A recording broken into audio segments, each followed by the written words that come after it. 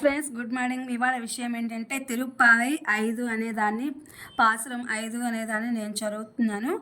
మాయనై మన్ను వడమధురై మైందనై తుయ பெருநீர் யமுனை துறைவனை ஆயர் குளித்தெனில் தோன்றும் மணி விளக்கத்தை மைக்குடல் விளக்கம் சேத்தா தாமோதரனை துயோமாம் வந்துனாம் தூமலர் தூவி தாழு வாயினால் பாடி மனத்தினால் சில்திக்க போய பிழையும் புகுதுருவா నింద్రవం తీనిల్ తుసాంగు చెప్పలో రేన్బావాయ్.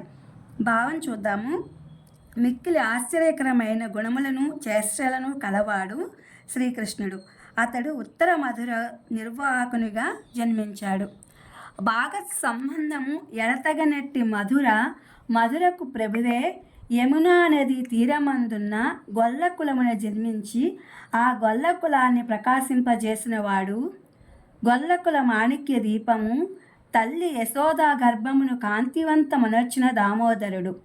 వ్రత కారణముగా శ్రీకృష్ణుని చేరి మనలను ఇతరములైన కోరికలు ఏవీ కోరక పవిత్రమైన మనస్సులతో స్వామికి పూలనర్పించి నమస్కరించి నోరార అతని కళ్యాణ గుణములను సంకీర్తన చేసి ధ్యానించి సంచిత పాపములను ఇక ఆగామి పాపములను తప్పించుకొనవచ్చును.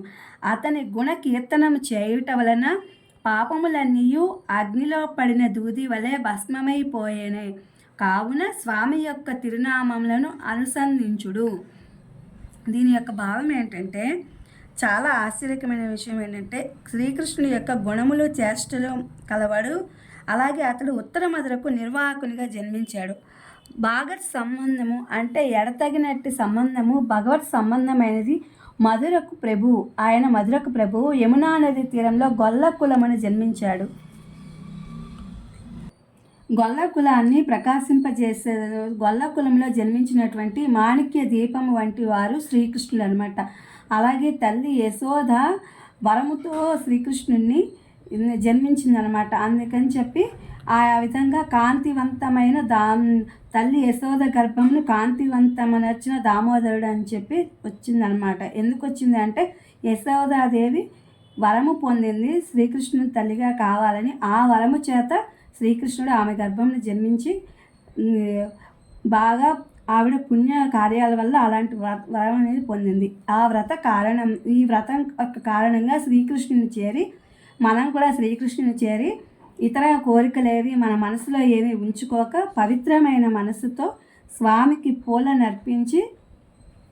పూలతో అర్పించి నమస్కరించి నోరారా అతని కళ్యాణ గుణములు అంటే అతని యొక్క మంచి గుణములను ఆ కళ్యాణ గుణములను సంకీర్తన చేసి ధ్యానించి సంచిత పాపములను అలాగే మనం భవిష్యత్తులో ఏవైనా పాపములు చేస్తే తప్పించుకొనుటకు అతని యొక్క గుణ సంకీర్తనము, ఆయన యొక్క గుణాలను సంకీర్తన చేయటం వలన పాపాలన్నీ కూడా అగ్నిలో పడిన దూది వలె అవి భస్మమైపోతాయి. ఒకవేళ మనము పాపాలు ఏవైనా చేస్తున్నా సరే అవి అగ్నిలో పడిన దూది వల్ల ఆయన్ని పూజిస్తే, ఆయన నామ సంకీర్తన చేస్తే, ఆయన గుణగణాలు పొగిడితే, కావున స్వామి యొక్క తిరునామములు అనుసరించును. ఆయన యొక్క తిరునామములు అనేవి మనము అనుసరిద్దామని దీని యొక్క భావము.